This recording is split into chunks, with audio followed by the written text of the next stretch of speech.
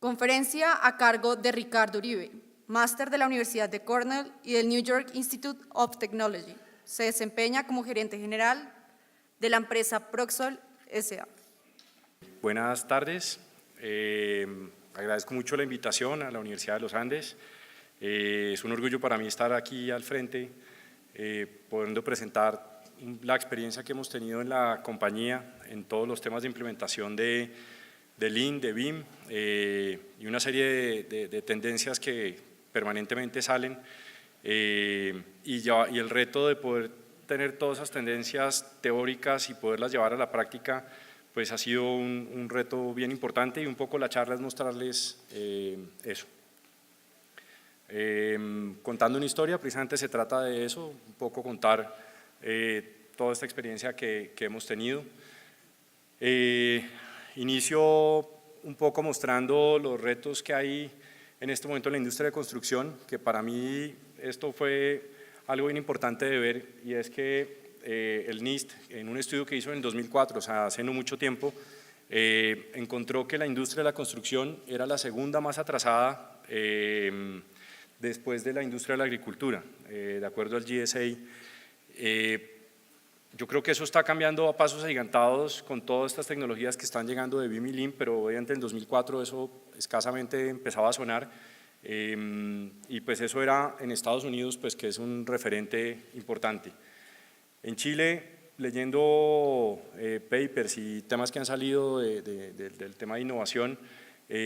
ya le emociona a uno ver cómo ya nos estamos midiendo, o sea, ya están midiendo cuántos pisos están haciendo al año o al mes. Yo creo que ya cuando uno se empieza a medir, ya puede empezar a compararse, digamos, a nivel, digamos, de industria, como un benchmark para saber si uno lo está haciendo bien o lo está haciendo mal. Un paper que me compartió el profesor Pons, que me encantó, y es un estudio de la velocidad con la que construyen los edificios desde 1930 básicamente hasta el día o en épocas recientes. Esto es el número de pisos. El Empire State en ese momento se construyó más o menos en 87 pisos por año, nunca después ha sido igualado. Luego los ritmos de construcción hoy en día pues pueden rondar entre 10 a no sé, 25 pisos, el grueso de los edificios que se construyen por año, número de pisos por año. Un poco la historia en Colombia de cómo la industria se ha complejizado, se ha complicado bastante, el tema del negocio se está apretando, se está volviendo cada vez más difícil y un recuento de eso es hace 10 años, ni siquiera hace más, hace 10 años, el peso del suelo pasó a pesar, digamos, entre un proyecto inmobiliario entre el 10 y el 12% a un 20-30%, obviamente dependiendo del estrato, dependiendo de la ubicación. Una inseguridad jurídica gigante, uno cuando toma decisiones de invertir uno en un lote y pues puntualmente, no metiéndole política, pero la administración anterior cambiando las normas permanentemente, pues eso genera unas incertidumbres muy grandes. También ha llegado una normatividad acelerada, digamos, en estos 10 años, que obviamente bienvenida a toda la normatividad. Eso nos hace mejores, nos hace más profesionales, hace que la industria, cada vez que el que se meta a construir, pues sea un profesional y lo hagamos de la mejor forma. Pero todo esto ha ayudado a aumentar los costos de construcción de manera importante. Por ejemplo, la NSR, los títulos JK, todo el tema de escalera, ruta de evacuación, pues eso hace que la eficiencia del área vendible y área construida pues se afecte. Reties nuevos, la parte eléctrica, pues, el retail, que es el tema de telecomunicaciones, está suspendido, pero en cualquier momento pueden activarlo. Ley de bomberos parcialmente suspendido. Parqueadero, hay unos proyectos de decretos que uno ya salió este año, que es el que menos impacta en eficiencia, pero pues que impacta. Digamos que a nosotros puntualmente los lotes esquineros con esa norma nueva ya no nos están dando. Si hubiera salido un decreto que alcanzamos a leer el borrador, la eficiencia de área vendible y área construida pasaba del 65% a un 55% menos. Eso hace básicamente que ningún proyecto sea viable. La guía ambiental, que también súper bienvenida, que han mencionado en la primera charla, pues mencionaba eso, se concentra mucho en la eficiencia de agua y consumo de energía. salió recientemente y pues estos días pues tiene el énfasis al tema sostenible, o sea, esa parte muy bienvenida, pero pues al final digamos que el tema sostenible definitivamente cuando uno lo mira como vida útil del edificio siempre trae beneficios. Tengo un caso de estudio pues, que definitivamente metimos todos los temas sostenibles y es efectivo, pero uno como constructor tiene el reto de que desafortunadamente uno entrega el edificio y sale de la operación, entonces digamos uno como constructor siempre está en el dilema de invierto o no invierto más en temas sostenibles. Digamos que la guía ambiental ya por lo menos todos jugamos con las mismas reglas y tenemos que aplicar temas ambientales. Ley de vivienda segura que también salió hace nada por el tema del space. Va a impactar al 2% de los costos del proyecto, ya cotizaciones que tenemos de la póliza que van a exigir ahora para los 10 años, o sea, se construye, ahí en adelante toca sacar una póliza obligatoria de 10 años, las cotizaciones que hemos recibido de empresas ya de seguros nos han pasado que es el 2% del total del costo del proyecto. Los costos indirectos, la ley de altura, los costos de seguridad y seguro del trabajo. Hace 10 años miraba yo presupuestos, teníamos 30 millones metidos en el presupuesto, hoy cerca de 300 millones, se ha multiplicado por 10. Espacio público impactado por el cobro del IDU, el incremento digamos en costos directos, el tema del impacto en dólar, pues en el tema de equipos, otros insumos, la inflación,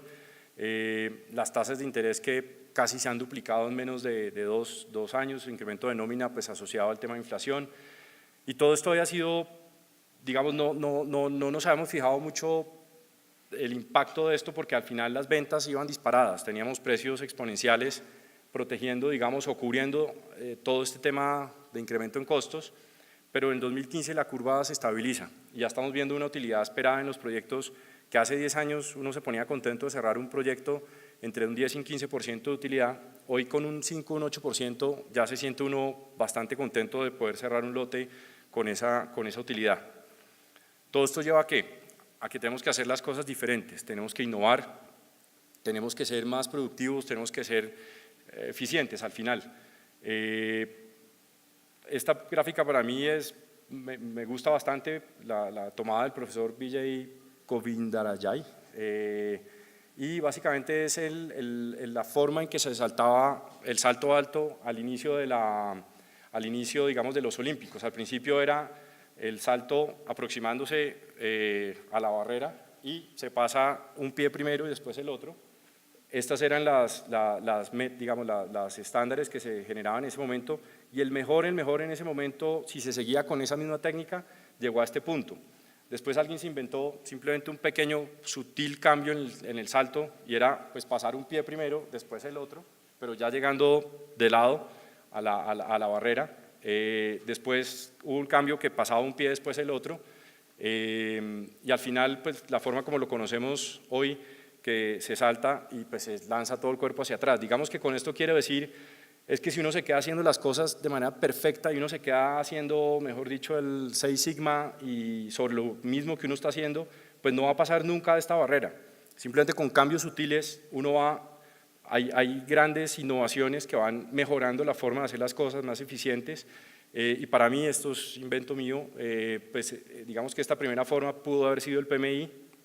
BIM es todo lo que llegó o lo que está llegando Ortica Fuerte y pues que en las conferencias iniciales veíamos. Todo el tema de Lean Construction para mí también ha sido revolucionario y un tema que me atreví a meter que no tiene nada que ver con ingeniería, pero últimamente estoy metido en el cuento de entender el tema de Happiness Advantage, el tema de felicidad, pero ya a nivel cultura de empresa y cómo al final es demasiado importante al final ser feliz dentro de lo que uno hace para hacer las cosas mejor. Digamos que esto es apenas un tema ahí filosófico que estoy entrando a entender con literatura que estoy leyendo, digamos, para ver cómo se puede premiar eso dentro de la compañía. Este es un video que me gusta bastante, que básicamente es súper cortico, porque básicamente hay que planear. Yo creo que la palabra mágica es planear, uno siempre desde la universidad le están enseñando que hay que planear, pero al final uno nunca planea y uno termina cerrando un lote, corriendo como un loco a hacer los diseños, corriendo como un loco a salir a ventas, corriendo como un loco a construir y al final todo eso lleva a desperdicios, básicamente más adelante cuando me meta en Lean, a desperdicios muy altos y el resultado puede llegar a ser algo así.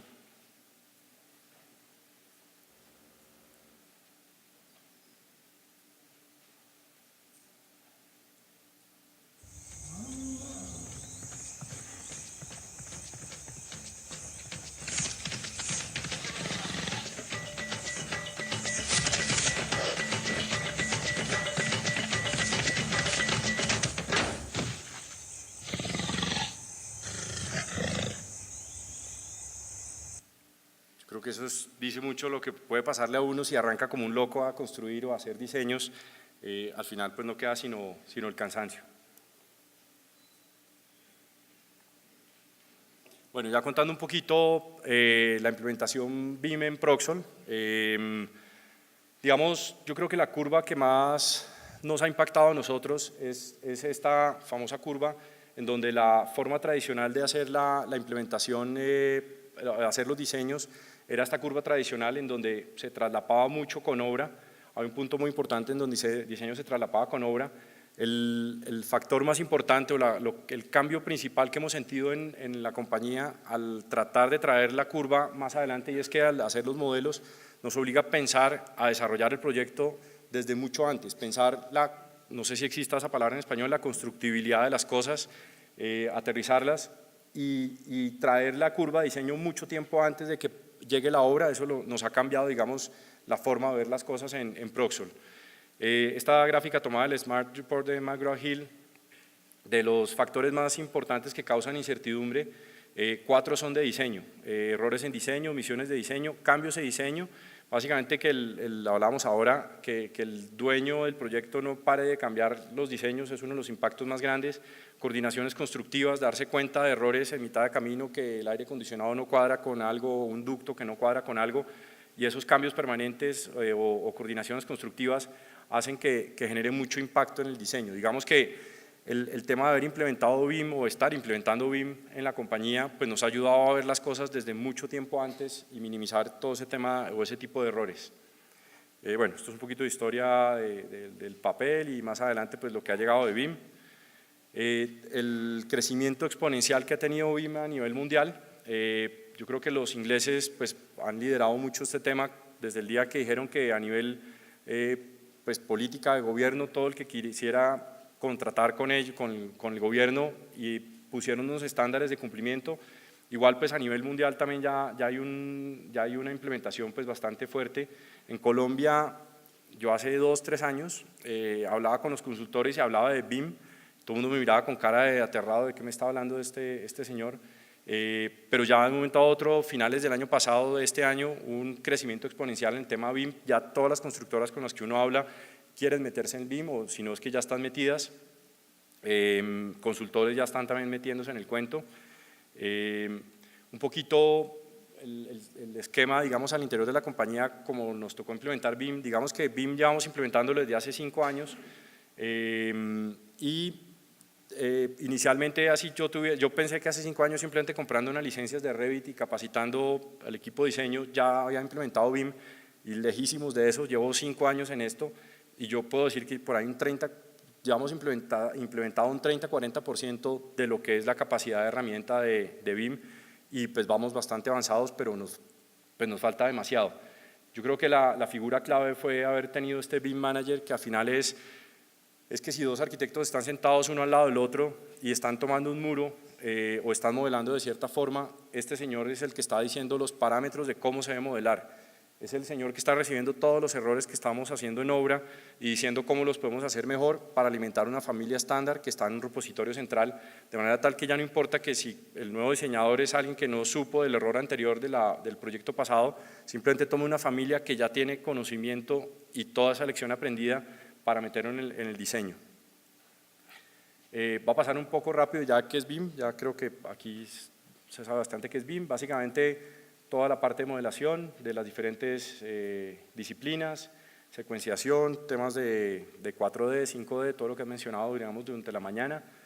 Iniciamos por el implemento del diseño de la arquitectura, después nos metimos en toda la implementación de redes, luego ya fuimos al Navisworks para hacer toda la parte de cruces, colisiones, ya se está implementando. La curva que hablaba ahora, el IPD, lo metemos, digamos, los diseñadores mismos se están sentando con los mismos proveedores, con los contratistas, que son los que en realidad saben hacer las cosas, y están teniendo en cuenta 1000 temas. No sé, nos sentamos con Pisano y miramos cómo es la forma más óptima o el desperdicio menor que se genera si las puertas las tenemos de 2.44 o menos, con el de los mesones que nos dice, bueno, haga un mesón, no sé, no de 1.20 o 1.10, lo que sea, hágalo un poco más grande, que igual cuesta lo mismo porque igual estamos botando ese digamos, retazo de desperdicio y puede presentar un producto mejor al cliente. En fin, nos estamos sentando con todos los proveedores. Yo personalmente he visitado más de 50 fábricas a nivel, digamos, nacional para entender cómo lo hacen, qué es la forma más eficiente de hacerlo, y digamos que eso es lo que estamos tratando de hacer con el IPD aquí. La parte de secuenciación, que ahorita entro en detalle de la línea de balance, bueno, la parte de quantity takeoff y toda la parte de cantidades también tomadas del modelo. Una pequeña anécdota: antes yo generaba las cantidades de diseño, por un lado, las cantidades, luego las sacaba otra vez el departamento de presupuesto, otra vez se las mandaba a obra para que sacáramos otras cantidades. Ahí teníamos ya 3 referencias de cantidades al interior de la compañía. Sacábamos con compras una licitación y llamábamos a 3, 5 proponentes, y ahí teníamos ya mínimo 8, digamos, figuras, digamos, de presupuesto. Había alguien que las trataba de entender, las ponía en un cuadro de Excel y al final ninguna cuadraba con ninguna. Hasta que un día dije, hace no mucho, hace un par de años, dije, las cantidades tienen que salir del modelo y punto. Ese día, y es a las que les voy a creer y con lo que voy a contratar. Desde ese día ya los modeladores mismos, los diseñadores, ya saben la responsabilidad que tienen al estar modelando, ya saben que tienen que modelar cómo va a ser construido, y ese día, digamos, cambió el chip en la compañía en el tema de cantidades, y ya solo tengo algo que se hacía 8 veces, ya solo lo hago una sola vez, y son cantidades a las que hoy en día ya les creo. Bueno, esto sí estamos lejos de poderlos hacer, de implementación, digamos, a lo que uno tendría que llegar es a una prefabricación.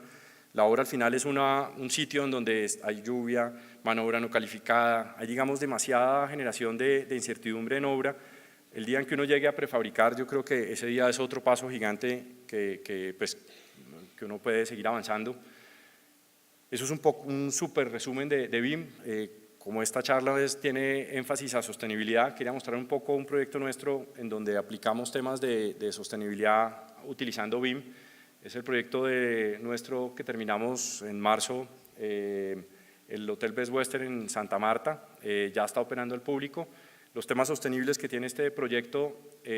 todo el tema del aire acondicionado y toda la iteración que hicimos inicialmente entre aire acondicionado y el tipo de ventanería.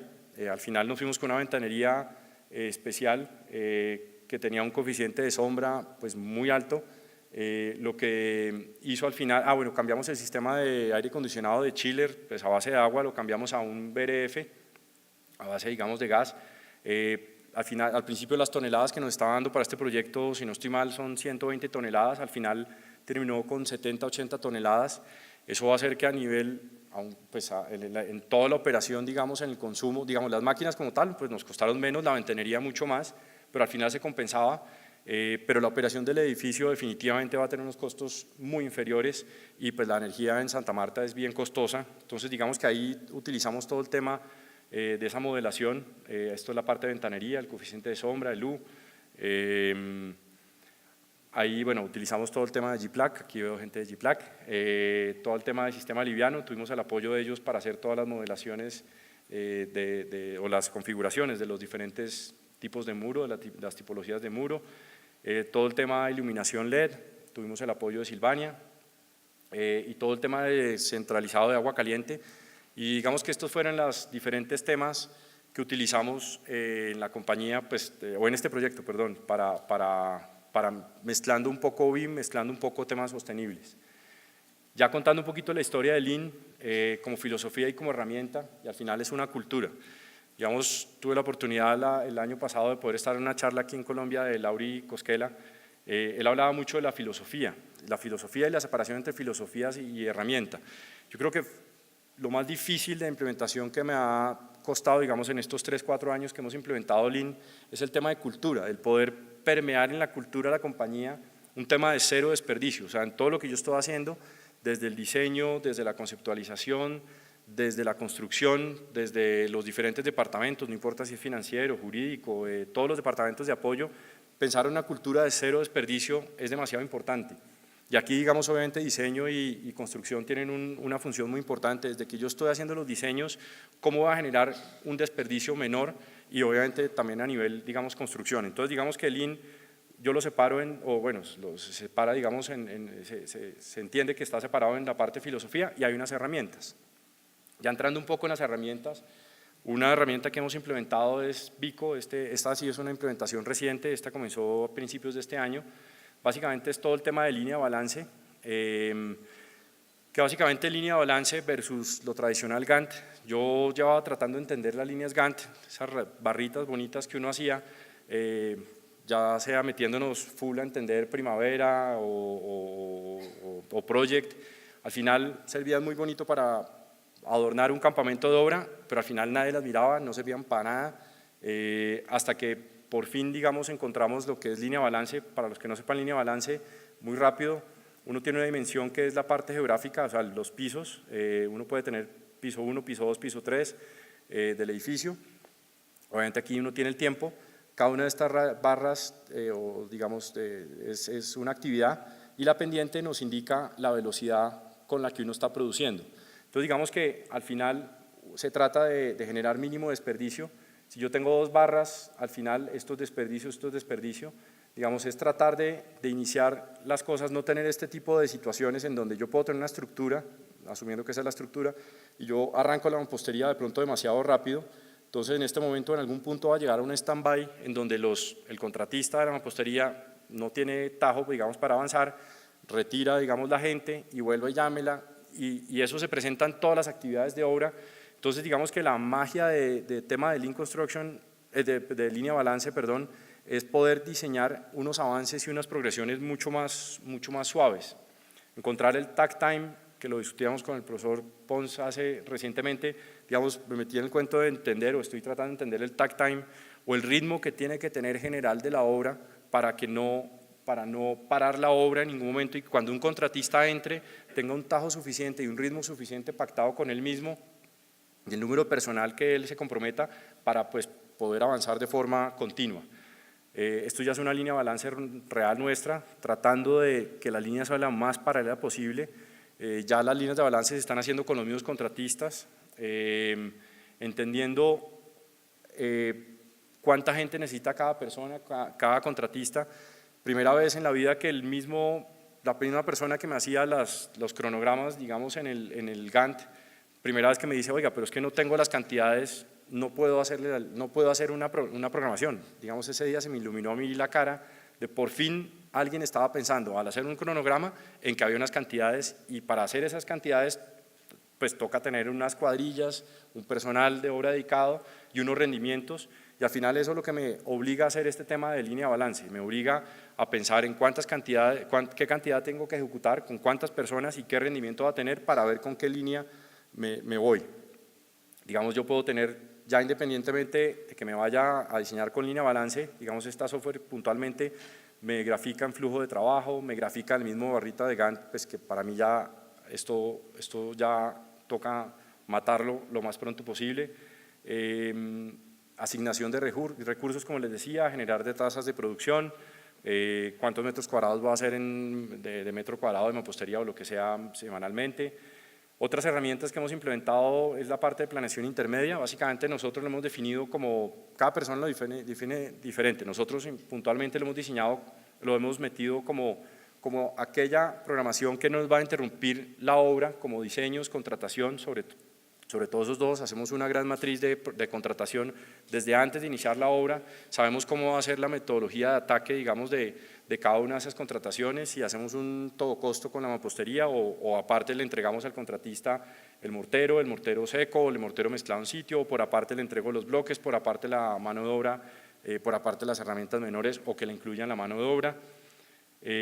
Hacemos una programación corto plazo, el Last Planner. Básicamente esto sí ya es utilizando una herramienta interna nuestra, que es SharePoint. Básicamente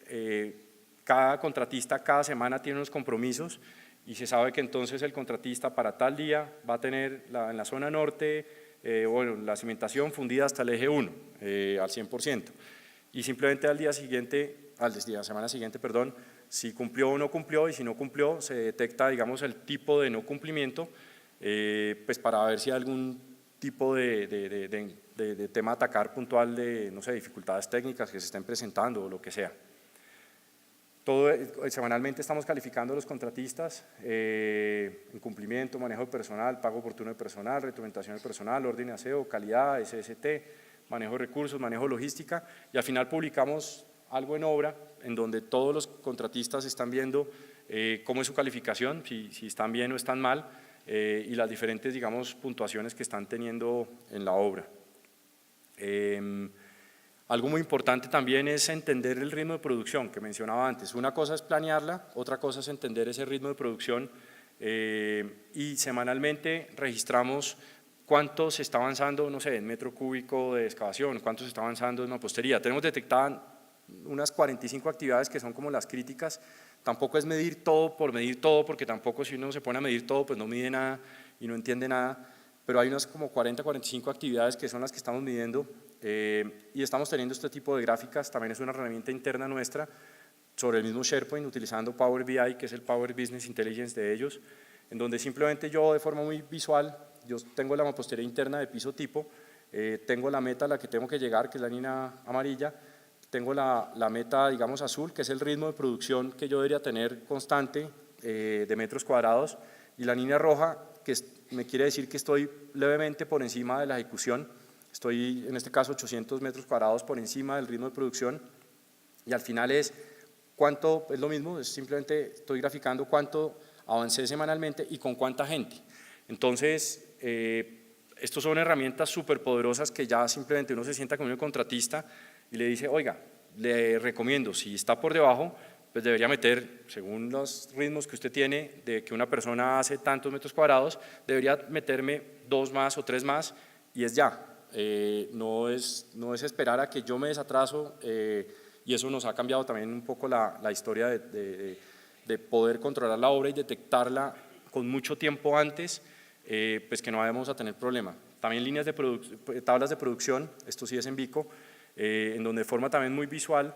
yo sé que entonces lo rojo es que está atrasado y no arrancado, entonces, impermeabilización de los pisos tipo no ha iniciado, aquí lo verde ya lo terminado, en este tema por ejemplo es mampostería de fachada, lo amarillo es que está ya iniciado pero voy atrasado, y aquí curiosamente voy en los pisos superiores adelantado, que es lo azul. Entonces de forma muy gráfica yo puedo saber en dónde estoy en la obra, en un solo pantallazo, y poder concentrarme en los posibles problemas y sentarme a ayudarle al contratista pues que termine bien para que yo también termine bien. Bueno, ritmo de avance semanales de obra, lo mismo que hemos visto ahora, me arroja puntos de control que un ser humano de forma normal con un Gantt no hay forma de detectar que algo esté pasando, y digamos lo poco que llevamos con Vico, inmediatamente me arroja puntos de control, y es porque sí existe y está pasando algo, que no hay un ritmo de avance bueno, y nos ha servido para sentarnos pues, de manera temprana, como les decía, con el contratista mismo para dar esas alertas y esos campanazos a tiempo. Lean está en los detalles, digamos que el famoso tema de Small Data y Big Data, digamos que el Big Data es todas esas estadísticas que nosotros estamos capturando, los ritmos de producción que me están sirviendo para hacer otras programaciones, pero hay algo que al final es el Small Data, o básicamente es los detalles ya en obra, o sea, uno sentarse allá y ver si uno detectó que hay alguien que está teniendo problemas, vaya allá, estudie qué es lo que está pasando, será que es el trasiego, será que los obreros no están haciendo las cosas bien, será que no tienen material y por eso no tienen ritmo de producción, o sea, es entender de verdad allá, o tienen demasiados ayudantes y no tienen suficientes oficiales que estén pegando la mampostería de forma eficiente, o demasiado oficial y no le están llegando los ladrillos o los bloques a tiempo. Entonces digamos que los cuellos de botella muchas veces no se entienden. Digamos que el Big Data lo que nos ha pasado es que detectamos que hay un problema, pero ¿cuál es el problema? Nos toca irnos allá abajo al sitio, poner las botas, ensuciarnos y entender qué es lo que está pasando y ayudarle al contratista. También otras herramientas, digamos, que tenemos de Lean Construction es la identificación de tiempos productivos, contributivos, no contributivos. Hacemos barridos aleatorios de algún contratista y podemos encontrar, no sé, que la gente que está productiva, o sea, la que de verdad está pegando los bloques de ladrillos es el 72%, el contributivo quiere decir el que está llevándole los bloques al sitio es el 9%, y 18% de las personas mirando al techo. Digamos que en estadísticas mundiales estar por encima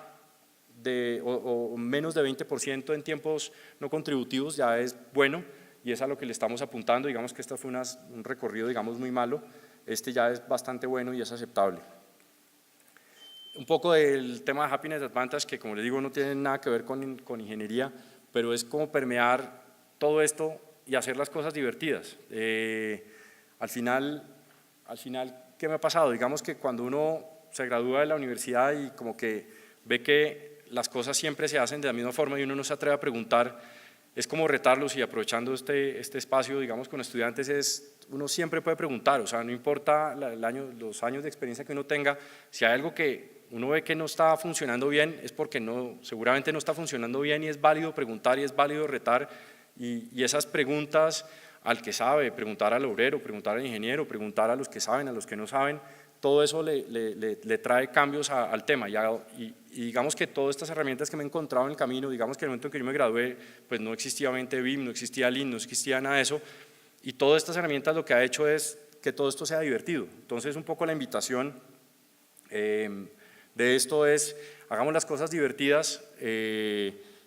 permear esa cultura de felicidad de cierta forma que está poniéndose de moda, pero llevarla a la cultura empresarial, que todos se sientan felices con lo que están haciendo. Yo creo que ese día en que yo logre al interior, digamos, de la compañía, pues ese día pues me va a realizar, y ver un poco a Proxol como, pues es como un poquito mi sueño, o sea, ¿qué me haría feliz? Me he puesto a pensar, ver un poco a Proxol como ese motor de colaboración dentro de la industria, poder que todo esto se vuelva público, poder yo sentarme con mis pares, digamos, y poderles mostrar lo que está pasando, porque digamos que al final lo que me interesa a mí es todos como industria, como gremio, seamos mejores, porque si alguien aprende de mí, estoy seguro que va a aprender de los demás, y desde el momento en que yo me abrí a eso como filosofía, que me he sentado de forma abierta con colegas a mostrarle esto, inmediatamente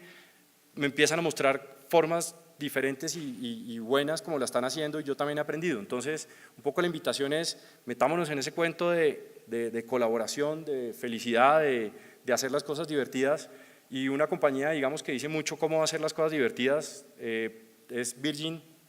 Un video tampoco tiene nada que ver con ingeniería,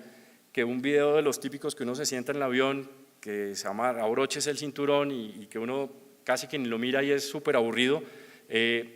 lo hace divertido. Entonces también les voy a poner un minutico de ese video, es largo, pero solo les voy a poner un minuto de ese video, de lo típico cuando se montan en el avión y le dan las indicaciones de cómo abrocharse el cinturón.